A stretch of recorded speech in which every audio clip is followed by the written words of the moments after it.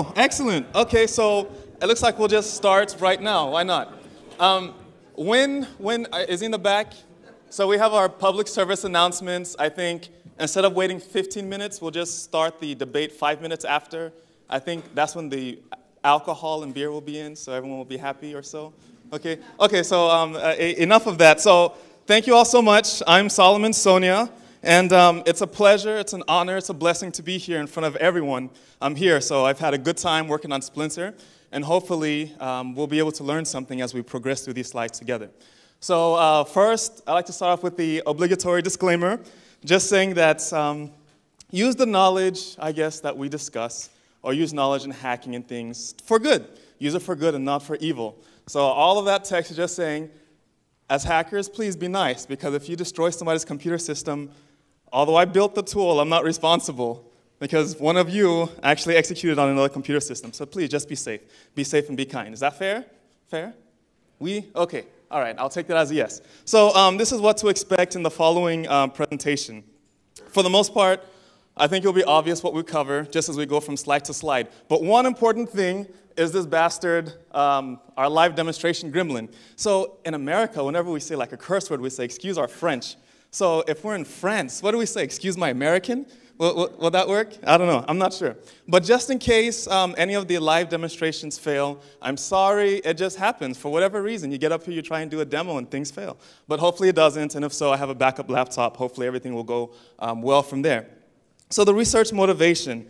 As we know, pretty much as everybody has alluded to in the presentation that we spoke about today, is that network security is still falling behind to stay ahead of emerging threats. So therefore, in order to be able to be stronger with our network security and our network defense, pretty much if you want to be really good at securing your enterprise network, you kind of need to know exactly the in and outs of exploiting this computer network. So that's why I developed this botnet. So if you understand how to use a botnet, if you understand how to exploit your networks with botnets, then perhaps you have knowledge of what to better look for in order to secure your systems in case you see activity that's malicious or activity that's indicative of botnet infection. So as I talk about botnets, what exactly is this botnet that I speak of? Well, this is our terminology that we'll use for today. All of this information is from the Book of Solomon, i.e. me. So a botnet. It's pretty much it's a network of autonomous systems, agents that are synchronized with a command and control server in which we exchange information, we exchange commands, and then we also handle our remote exploitation of those end systems. When I speak about the controller is us. We are the controller, we are the botnet masters, we are the person who use one user interface to send commands to all of our distributed systems across the network or across the enterprise. The dropper, we have a slide on the dropper. It's pretty much just saying that's going to be one way of having an entry point into that infected machine. And finally, the implant. The implant is the listener that actually establishes his connection to the controller, executes whatever commands that we receive, and then sends that information right back to the controller. So now we have our botnet communication. And then we have other notes at the bottom. We want it to be as lightweight as possible so we can establish a shell to the controller. Whenever the controller sends information, on my listener side, I simply instantiate a new process. I execute the command that was just received. Then I open 3 streams on that process in order to execute commands. You open your standard out, a standard error, and then also a print writer so I can correspond with that process. Any information that I get across the standard out or the standard error on each process, I simply buffer that information and I send it back to the controller. And this is pretty much how you establish your botnet. So I'm a visual learner. I'm also a teacher, so I kind of like to have diagrams. Hopefully this helps, because I say a lot of words, I wave my hands, but if you look at the pictures, we'll say, ooh, ah, and then we'll understand what we're talking about. So here we go. Right here, we are the botnet master, we are the controller. If you understand using your algorithms to send commands to one of the infected machines, receive the response from the infected machine and send it back to the controller, if you understand how to program that for one instance, and then if you can use the same function to execute the commands for the next instance and the next instance after that, then actually by induction it means you understand how to create and how to control your botnet. Okay, very nice, very nice. So where exactly do we begin if we're talking about establishing our botnet, controlling information, and controlling these end systems? Well, let's go ahead and look at our anatomy of an attack. Most people are very familiar with this. You start out with your reconnaissance, then you do your scanning to understand my entry points, and the vulnerabilities into that computer network, and then we try and penetrate that system. This is also referred to as gaining access onto one of the infected machines or one of the vulnerable machines that we wish to have access to. Now, after you gain access, after you penetrate that machine, and you stop your happy dance, because hacking is not as easy as some people like to make it appear. So once we stop dancing, because we just got a shell onto that computer machine, now we have options. Are we going to escalate privileges? Perhaps we're going to pillage and plunder, as Mr. Darrell and Mr. Pete alluded to earlier, whenever we have access to those printers or any of those infected machines that we're talking about. Or do we pivot? Do we actually try and propagate our malware? Because from my computer system, I now, whenever I penetrate a network, I now have access to more systems inside a separate network. So do I continue to scan and then try and affect more machines that way? Or perhaps I'm going to just paralyze every single system out there. It all depends on the goal of your attack. And then after that, we actually move down to stealth and persistence and covering tracks. Other diagrams like to have persistence and then covering your tracks one on top of the other, or covering tracks and then persistence. I put them side by side because it's actually an iterative loop in which, as I continue the attack, I like to try and be as stealthy as possible, or I'd like to maintain access. So it's something that we go back and forth. It's not just you do one and then you move on. So good. Now that we understand our anatomy of the attack, let's focus on penetration. So earlier, I alluded to the dropper. I really like the dropper implant paradigm whenever I'm infecting a computer network. So let's see. Ooh, another pictogram. So here we are. We are the controller. The controller, we have access to a malicious domain that we use in order to serve additional malware to infect computer machines. So with a dropper, as soon as we have a dropper is supposed to be as small as possible. And the only purpose of that dropper is simply to break into that victim machine and establish the environment. There are many different types of droppers that can exist. I can use an exploit. I can use a malicious PDF. We'll be using Social Engineering Toolkit created by Hacking Dave Relic. I'll talk about that more in the slides to come, in which we are actually going to try and steal credentials to gain access to a network. Let's see, what else do we have? Okay, so whenever I have my exploit, my dropper gets into the infected machine, the dropper then reaches out to my malicious domain, and it actually pulls down the implant. That implant is what is established onto the infected machine now, and then it establishes his connection up to the controller. And from that moment on, the dropper goes away, and now I have my two-way command and control between the implant and the victim machine. So now the implant is connected to my controller, as we spoke about earlier. Stealth and persistence. This is what we call our beacon bot. And the inspiration of this was actually from Raphael Mudge. Do we know Raphael Mudge? He's the creator of Armitage. Okay. Raise your hands if we used Armitage before, or at least we've heard about Armitage. Oh, good, good, excellent. So there's a pretty good show of hands. So we're going to use Armitage. It's a wonderful framework, very, very nice. Or you can use Metasploit to actually handle additional exploitation of that computer machine. But at a presentation that myself and Darrell, %X, we were at Hacker Halted last year, and Armitage, Raphael Mudge, he was talking about sometimes whenever you have access to a network, you don't just want to have a long established socket connection between your controller and then the implant, because this in and of itself can be indicative that, hey, why do I have one of my machines having a connection that lasted for 25 hours to another system? Why do you need a connection established for so long? So instead, he spoke about creating a beacon bot. And you can use a beacon bot to establish persistence, maintain access to a computer network, but without having a persistent socket connection to your controller. So what does a beacon bot look like? Haha. So we have another pictogram. Here we are the controller on this side, and then we have our victim box. As soon as we establish our beacon on the victim box, the beacon will wake up, and then he will actually send a packet to the controller. He will send a packet to the controller to register himself, saying, I am live, I am active on this infected machine. The controller acknowledges that beacon request, and then the beacon goes to sleep. It severs that socket connection. So whenever a specified period of time elapses, the beacon bot then wakes up and contacts the controller. Do you have commands for me to execute? The controller says no. So what happens? The beacon goes back to sleep. Then the beacon wakes up. Do you have commands for me to execute? He says no. Okay, he goes back to sleep again. He wakes up one more time. Do you have commands for me to execute? You say yes. Okay, no problem. So what exactly do you want me to execute? So now we're checking in, we're downloading the command list. In this case, the controller says, establish a shell back to me. In this instance, the beacon woke up, he took the command, he says, you want a shell? Okay, I will give you a shell and establish this back to the computer system. So we are going to actually do some interactive demos. So let's go ahead and look at the beacon bot real quick, and so we can see what we're actually talking about. Okay, so here we are. This is Splinter. This is our botnet controller that we created. It's available on GitHub and also on Twitter. I usually tweet about the access or how to get it. So if you want to establish your controller, the first thing you do, you establish your server socket, which allows you to receive new connections onto the controller itself.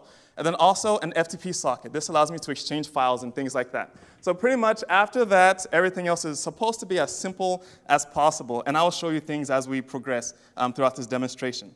OK, so let's establish a beacon so you can see what it looks like. Let me use, oh, good. OK, yeah, this is it.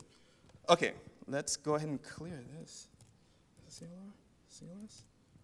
Aha. OK, so if I do want to establish the beacon, the parameters for the beacon, you pretty much just say splinter.exe.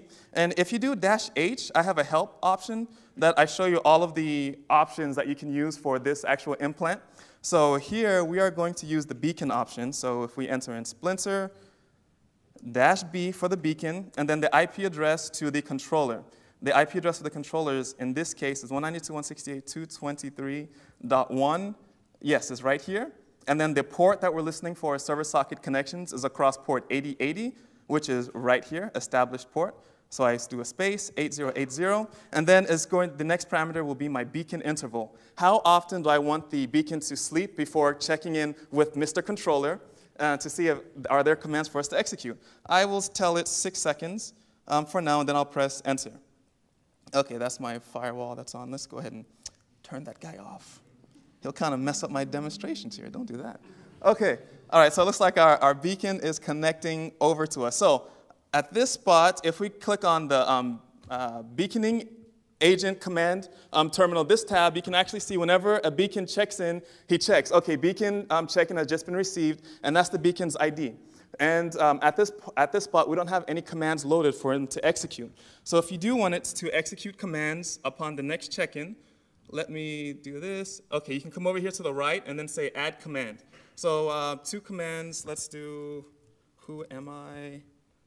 If I can type right, who am I? OK, and then also let's do WMICOS get caption. OK, so you can actually queue up multiple commands whenever an implant actually checks in.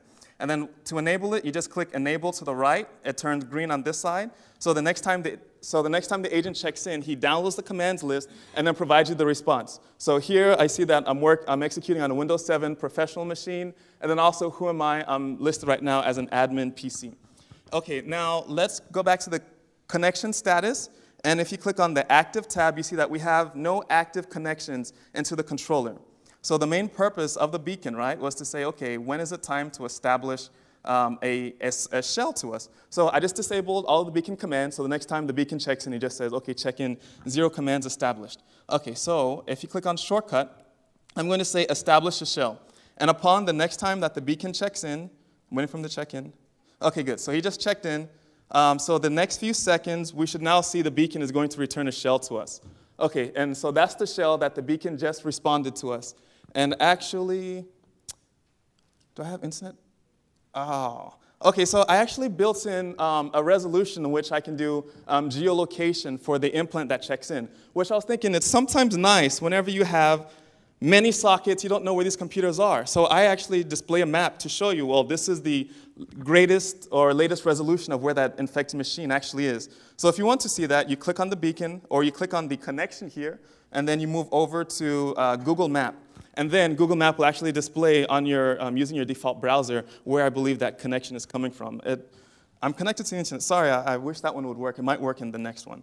But let's see. We'll just continue. We'll continue. So at least that was an example, just a very quick example of using the beacon bot to communicate with our controller, check in, receive commands, and then go to sleep again. OK, so penetration, payload migration. Whenever you build your botnet, or whenever you build a tool that has command and control and sockets established, I think one thing that is very important is to make your tool extensible. Or liken it to this. 2 months ago, or so, we released an update to Splinter, put it on GitHub. What if at that spot we had a beacon that was established on an infected machine?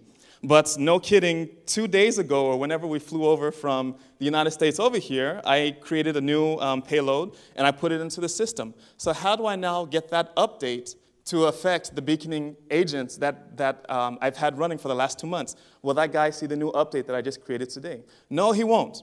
So in order to have this feature, like an update feature or an extensible feature, I created the payload migration. A payload migration allows you to take any binary, or pretty much any file, migrate it over to the infected machine from the same socket, execute it, and now I can continue additional exploitation onto that infected machine.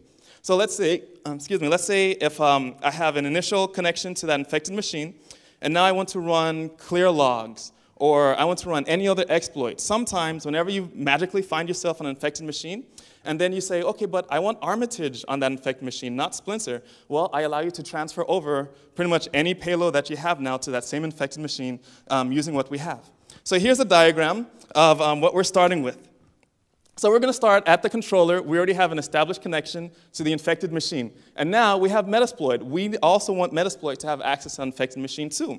So what happens many times? If I have Metasploit, I say, okay, Hail Mary, or do whatever you can to give me access to that computer machine. Sometimes it works, sometimes it fails. But let's say one of our droppers was successful to give you access to that computer machine. Let us now find a way to get Metasploit onto that infected machine also. So this is what it looks like.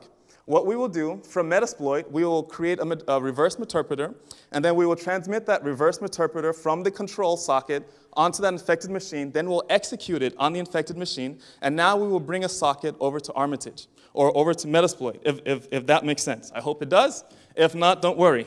We have another demonstration. Okay, let's do this. Okay, so here's Armitage. We have it running, and then we have our listener established right here. Listener, this is the IP address of the Linux machine, and then this is the port that we're listening on. Because of time, I've already created the interpreter, reverse TCP, but if you have any questions on that, I have a how-to from the GitHub link that will show at the end. So if you want to see how did I create that, I mean, it's pretty cool. Or you just Google interpreter reverse TCP, and everybody and their brother likes to write about how to use Metasploit. Okay, so let's go ahead and migrate the payload. What we want to do now, let's use the eye feature from the implant. So this is going to be our infected machine for today. Let's go ahead and clear that also, because I just want to make sure it worked earlier. Let's make this larger. Okay, so if I enter in Splinter, okay, -I now, because I'm just establishing an implant connection out to my controller. And then the IP address is 192.168.223 in this case. One port is 8080. And then I have, this is optional, an optional field at the end. This says, okay, in case the current socket is dropped, how soon do you want me to wait before I beacon to establish a connection back to the controller? If you put T5, that says connect immediately. So I just want to make sure that I have a persistent connection. Okay, so it looks like that was successful. And now I have two machines. It appears to be Windows Vista. This is because I need to go back and fix that resolution. But we have Windows 7, which is the host, and then what appears to be Windows Vista, but it's really a Windows 7 machine that we've just infected. So this guy. Now, the main purpose here was to migrate payload. So if you click right here on Migrate Payload, we can now specify any payload that we want to transfer over to the infected machine, execute it, and then bring that shell over to a different tool, which we're now going to connect to Armitage. So at this spot, there's no connections into Armitage, unless, let's hope this works. Okay, so let's move this guy over there and here. So I specify the payload that I want to transfer over, and the one that we'll be transferring is this guy, just a reverse TCP over to Armitage from our Splinter connection. I'll say open, and then I also allow you to prepend and then append any additional parameters. So if it's a separate tool that has its own parameters to execute, sometimes you say, well, how do I extend parameters? I give you that option at this spot. And I think if you hover your mouse, I put a tooltip in there that says, okay, good. Yeah, so it kind of gives you hints, sort of. And if you're not sure, just leave it blank and see what happens.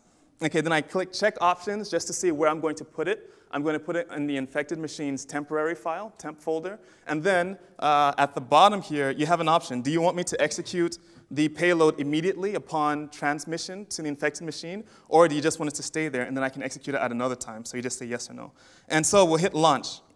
And if this launch is successful, don't be so fast. Okay, let's see if we can get the connection into Armitage. If it works, okay. Okay, good. So what you just saw was a separate Armitage connection, or it's just any other program that I can now exchange from my current botnet to allow other people to have access to an infected machine as well. So that's just our payload migration feature. And it doesn't have to be Armitage. It can be any executable or any file that infects the machine. I just thought, whenever we establish a botnet, it's good to allow additional tools to migrate from that infected machine. Okay, what's next? Social engineering. Okay, this is a favorite. It's a fave of mine. So if we can recall from yesterday, Mr. Wynn spoke about the four-letter word that's the worst insecure into the computer network, right? That was supposed to be the user. All right, very good. And he also spoke about, what was it, the corona, the sun flares, solar flares. Okay, so at least we have two really good things. The users are bad, and solar flares are just bad panda to everybody. Okay, so what we're going to talk about now is DNS host file poisoning and then credential harvesting. And spoof UAC, I don't think I have time for that, but if we have time at the end, just remind me and we can show the spoofing of the user accounts control also on a Windows machine. So DNS cache poisoning. The main purpose of establishing a DNS cache poisoning is, let us say, Mr. Controller over here, he is the legitimate DNS server, okay, or he's a legitimate website, and let's now say you, sir, are now the attacker's malicious website. I am now the attacker, I'm the man in the middle. You now want to go to the legitimate website. Let's say you are Amazon or bankofamerica.com, okay? So you want to log into your bank to check your account. I now, if I can poison that DNS entry, I can say, no, don't go to him who's a clone of this actual website. So you not knowing the difference, because they look exactly alike, you go to the malicious website, you enter in your credentials, I now steal your credentials, and then I forward you over to the real website. So you don't really know the difference that, hey, I just have your credentials. Okay, that's pretty much one of the main reasons that we do DNS cache poisoning. So back in 2007, 2008, we saw that, wow, some really bad DNS cache poisoning was going on. And then what did we do? We actually patched it.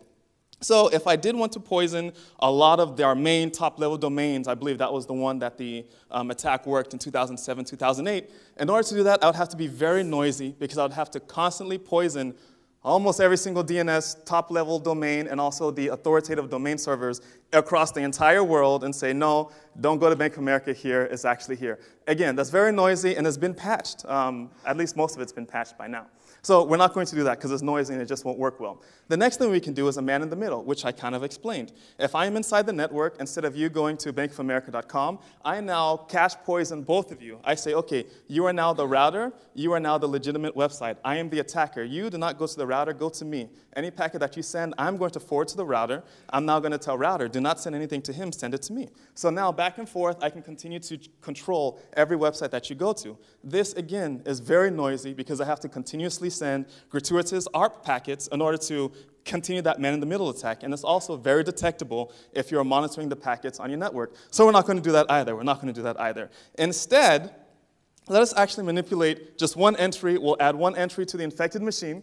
And then by adding an entry to the infected machine, we're going to target the Windows host file. So actually say, OK, instead of going to your main domain server and then handling all of our DNS requests, only go to one file. If you see an entry in the file, go to that location directly. So if that works, a lot of people say, wait a minute, what is the host DNS file? OK, good. I'm glad you asked. So the host DNS file. This is a location where the host DNS file actually exists. It's pretty much an important file that can be used to handle registries and locations very quickly. I'm going to go to the next slide because we're running out of time. So this is how it works. Let us say you want to go to facebook.com. My computer system, assuming everything is going to work well, will check its host file first if an entry exists. If an entry exists, I'm going to pull that IP address. I'm then going to send it back to my browser and say, OK, you want to go to facebook.com? Here's the location of Facebook that you were looking for. So go there instead. This now means that we've just found an exploitation vector. If I can poison that host file, I can now direct you to anywhere you want to go based off of the initial website that you're trying to go to. So, and now for the attack. More pictograms, yes? OK, so here we are. We are the controller. We have access to the infected machine. all we're going to do is send one entry to the infected machine saying this is the location and this is the IP address of any site that the user might have wanted to go to.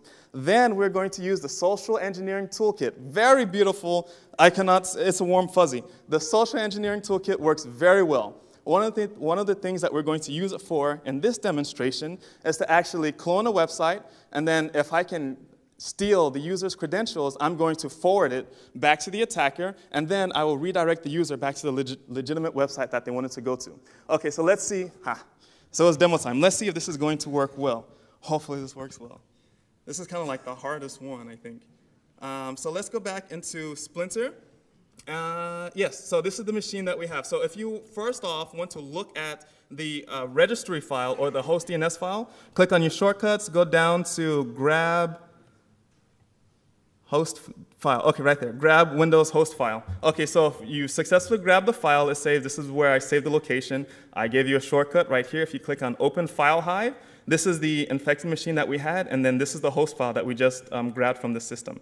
So it's just a flat file, no text file. If I look at it, these are the current entries on that infected machine's host file. So there's nothing in there. So that means if I wanted to go to facebook.com, there's no entry in the host file. I would then contact my local DNS server that handles all of the DNS requests. Okay, so let's go ahead and put an entry into that host file. So if you want to do that, click on the shortcuts and then say append to Windows host file. So what I'm using the social engineering toolkit on the Linux machine is to mimic a website that we've all seen many, many, many times. And it's this website, Hack in Paris. Okay, so the IP address that I'm mimicking on this side is going to be 192.168.223.143. So if I go to this website right now on my computer, you might even be able to do it too if anyone is trying, because I'm connected to the internet, it looks like. So you might actually be able to see this site too. So on the plane, no, right before I got on the plane, I went to our Hack in Paris website and I saw, oh, look, there's a user login and a password. Let us clone this site and see if we can use this for social engineering toolkit. Okay, so what we're going to do now, we're going to tell that infected machine, the host, the entry for www.hackinparis is actually located at this address. And if this works, the user will go there, enter their credentials, then I can check on the social engineering toolkit if it harvested the credentials. So let's see if that's going to work. Hopefully this works. Okay, so what we did, we clicked on append to Windows host file on this side. And then we enter in the IP address that we want to clone. So right now, it's hosted at 192.168.223.143, right, I believe? And then the URL that we're actually trying to redirect the user to is www.hackinparis.com. Oh, I hope I'm not talking too fast. If I am, just raise your hand and I'll slow down, because there's a lot to do and I want to show it all. Okay, so just a note saying that it needs to be run with administrative privileges. Okay, so right now, the implant actually echoed back saying he just appended to the host file and we did not report any errors on the host file. So now we just sit back and wait. And let us assume that this is the user now on their machine. So you have this up, you have the output, but it's intentional. I have an implant that does not show any output on its side. Okay, so if I were to go to www.hackinparis.com, okay, I hit enter, and hopefully it does not look like anything. Hold on. Yeah, the user right now cannot tell that anything is wrong. This looks like the correct website. I'm trying to go over. Oh, let me just do this. Okay, so hopefully you can see yeah, there it is. Okay, so now it looks like, okay, well, let me go ahead and log into hackinparis.com, right? So assuming I had a username, let me just say user1, and then a password. What's the password? Say a password real quick. Oh, I love that one. Fluffy bunny, right?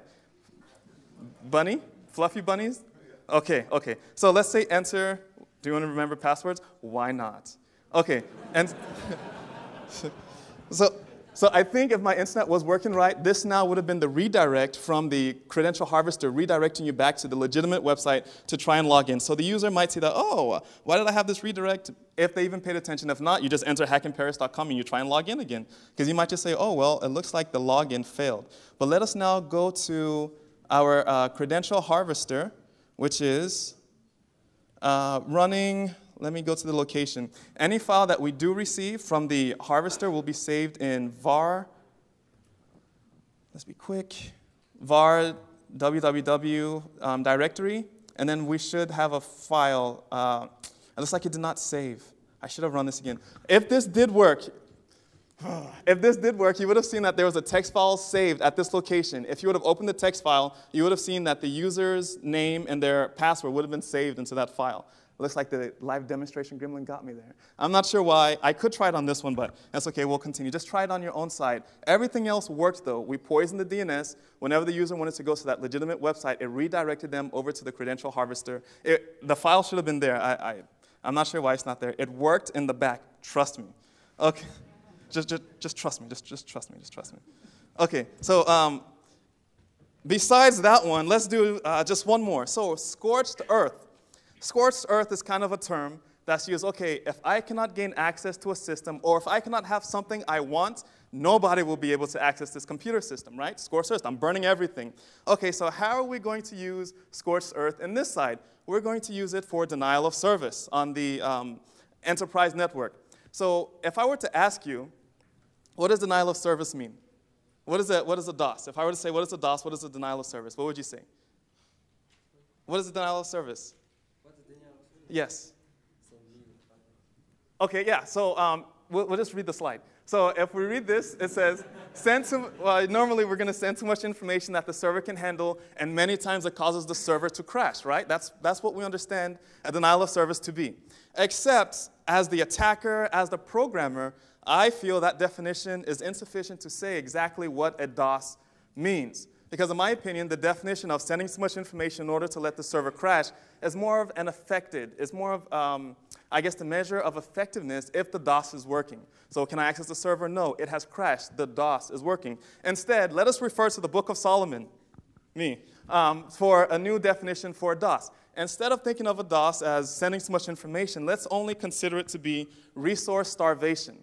If I can starve the available resources on a server or an enterprise or a system, then I can actually have a measured effect such that access to the system at a minimum is degraded and at a maximum is disrupted.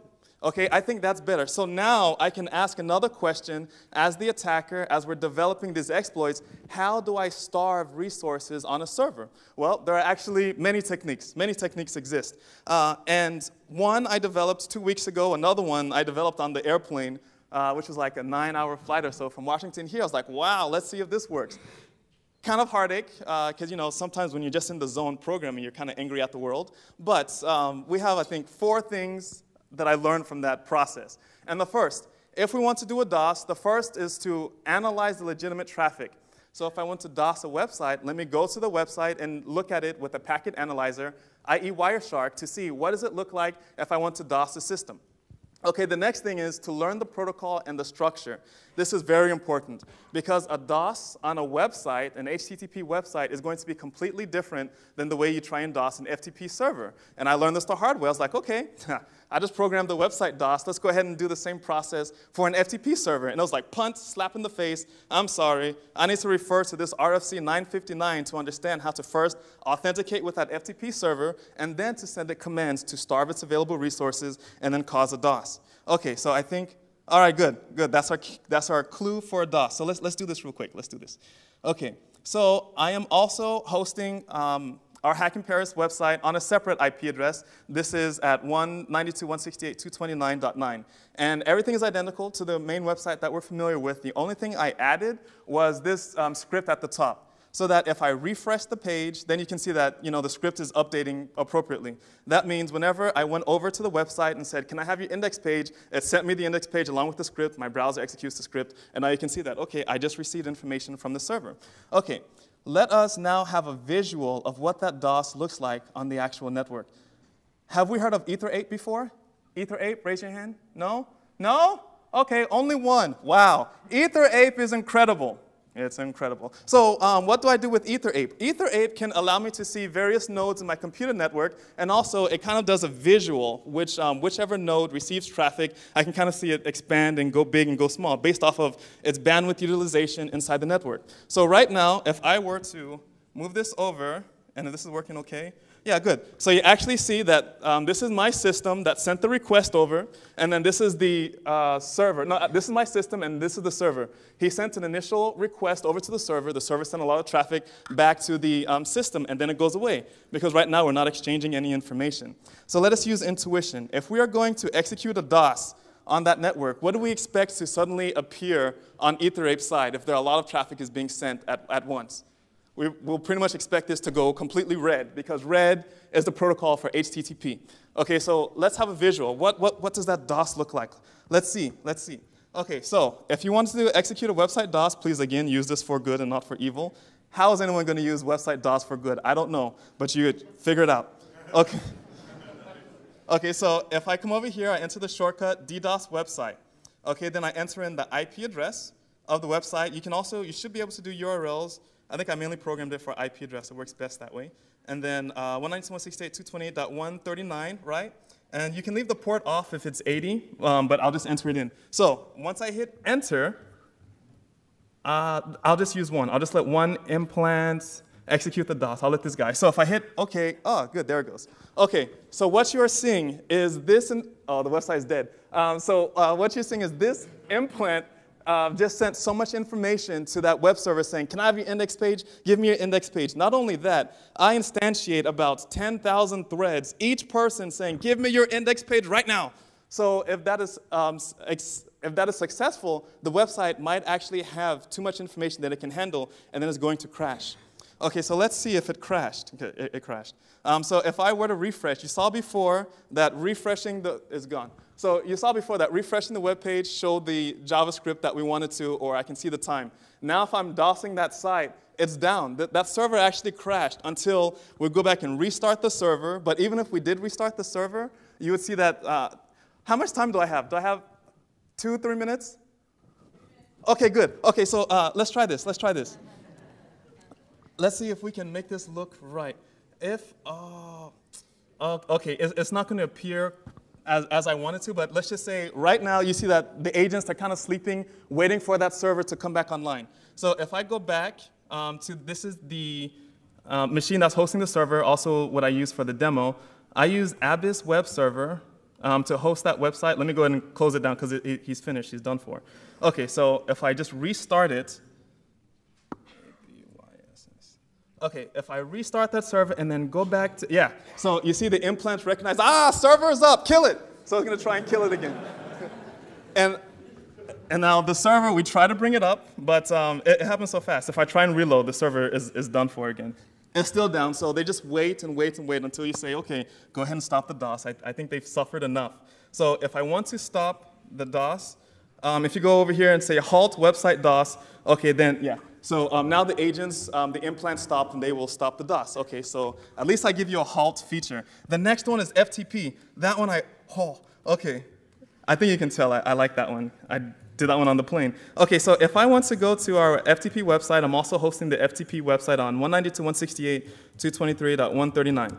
OK, so if I can, and I don't know if you caught that. You can see that I have a socket established from .1 to 139, because that's what I'm connecting to. And let me log in. Anonymous, did I spell that right? Nope. I didn't? OK. Let me try that again. Anonymous, OK. OK, good, logged in. So if I enter binary mode, you don't have to do that, but wow. OK, so if you can see that I can interact with the FTP server appropriately, right? So if I were to close the socket, close the connection, and just log in again, I can still log in. Let me use the -A. So good, so I'm logged in as anonymous. So everything is working appropriately until we DOS it. OK, so this is what we added. We added the FTP DOS. Let me make this larger, because there are additional parameters to enter in. Some things you can just leave default. So right here, the first thing we'll enter is the IP address to the web server that we're going to DOS, which is that right there. And then the next is the default port number for the controller, and then the default port number for the control, and then the default port number for data. That's just your normal FTP protocols on port 21 and port 20. OK, and then the username that I want to use to try and log in, we will use anonymous for now. I'm going to add more to this feature. It's just new. that I think this is the most I could add in. And then just a blank password. Make sure you leave the quotes intact so we know what to parse for the password. And then I haven't added more to this yet, but eventually you'll be able to daisy chain additional commands that you want that FTP server to execute whenever we're trying to log in and DOS that system. But for right now, it works for one command each, and I will just say list. So this means if this is working, log in, authenticate with the server, and then list whatever we have. But something I did with this DOS is that it gets angry. OK, good. So as you can see, our DOS, it starts to grow bigger and bigger and bigger and bigger and bigger. So that eventually what's happening, I'm spawning as many connections as possible. After I try and spawn many connections, I then try and spawn as many more. So this will go up to about 20,000 connections as possible as it can until eventually the FTP server will crash. Now, at this spot over here, I put a status. This is currently how many open sockets I have to the FTP server. OK, so you see, it's just going to continue to grow and grow and grow. And then every 100, I give you a status on this side. There it is. OK, so right now we have 300 open sockets, and it's going to continue to grow. So sorry, I'm going really fast. I want to show this. Let's see. If I were to show the FTP FileZilla, it's probably not even going to show for us because it actually freezes. In fact, the whole computer is freezing because it's just receiving too much information. Open, quickly. 400. OK, so right now we're at 400 sockets. OK, so finally, you can barely see this, but I cannot interact with this. Yeah, so it says not responding because our DOS is being effective. Oh, finally, look what happened. OK, I was waiting for this. OK, so let me come back to this side real quick. I like to give you status to know whenever our DOS actually detects something. So we told you that the agents are sniffing the network to see, OK, anytime that we have a website DOS, if my agents detect that the website DOS is effective, it reports back to you saying, OK, I think our DOS is good. Go ahead and check it out. And hopefully the website is no longer active. DOS complete. In this case, we have the FTP orbiter as our DOS bot saying, OK, we actually just received a status code 421. And if we refer to the RFC 959, status code 421 means the connection has been refused. And not only that, the bots report what the server actually says. The survey says that too many users are logged in for this account to try again later. I don't like the looks of that. So let me go back to, let me just start a new one. OK, if I were to try and do an FTP connection, again, 192.168, what was that, 223.139 FTP? Yeah, so I want to log in as anonymous. OK, I say enter, password. It refused my connection because it is saying that too many users are logged in for this account, so we're going to try again later. So was this DOS effective? Yes or no? Yes, it's effective? OK, let's see.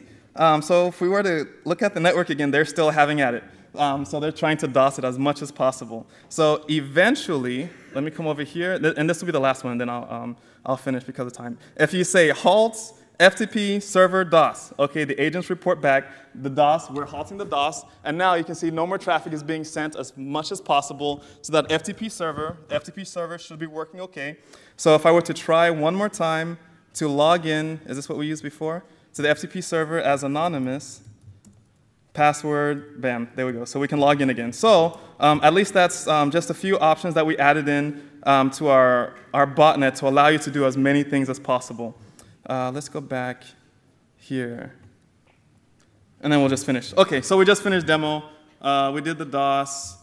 So additional features. These are additional features I did not talk about, but are built into the Splinter botnet that I have. And then I also released tutorials on if you wanted to do this yourself, how would you be able to do it? Because my goal is for everyone to be able to create their own botnet and exploit that computer network for good, not for evil. OK, so here are things that we did not talk about: orbiter payload, clipboard injection, UAC spoof. If we had more time, I would have shown a few. I don't see Layla. Where is she? Oh, OK, looks like I'm out of time. OK, all right, next slide. OK, if you had any questions, you can, this is where you can actually grab the code, because I released the code, and also the implants that we have. I have new updates coming, like the FTP that we saw. I just programmed that on the airplane, so as soon as I get back home, on Sunday night, you'll see the new version that will be uploaded back to GitHub. And if you have questions or email, just send me an email. I'm pretty much always online. Well, I'm always online 6 hours behind, I guess, or however many in the US. Okay, and then also, if you have any questions, you can also send me a question on GitHub. Yes, questions? One quick question. How did you solve Wait. I just have one quick question. It's just a detail. In one of the slides, you were showing the credential stealing attack, and you said you edit the host files, and then you send the user to the wrong server, and then you just do a redirect to the actual server. But how do you do that if it's in the host file? Like, do you use a proxy, or how do you do that? Oh, because actually, that's a no. problem. Okay, so your question was, how does the redirect really work if I just added one entry to the host file? But what do you do when you want to redirect to the actual website? Because you can't, because it's in the host file. It's always going to go to the very IP, and to change the host file, you have to restart the browser to actually make it work, because it caches this. So how do you solve this problem? Okay, so you're saying if I want to remove the entry that we added? Yes. Oh, well, okay, I don't have time, but if you saw, when I did grab host file, we actually grabbed the original host file from the infected machine. So the next thing that you do is poison host file again, in which you can actually download or re-upload that original host file back to the computer machine. So now the host file goes back to how it was originally. So you, in essence, remove. But the browser is caching the information, so you have to restart the browser first. Right, and that, honestly, that's okay to me. If the user has to restart their browser, we do that all the time. Fair enough. So, yeah, so that's, thanks, good question. Any other questions? Oh, yes. I hope it's not about sunspots or, where's the wind? I'm not that basic, okay? I was just wondering if you're going to have a solar flare add-on to Splinter anytime soon. Oh, okay, yeah. So the question was, are we going to have a solar flare added? Yeah, how about version infinity +1? Okay, then you'll see solar flares.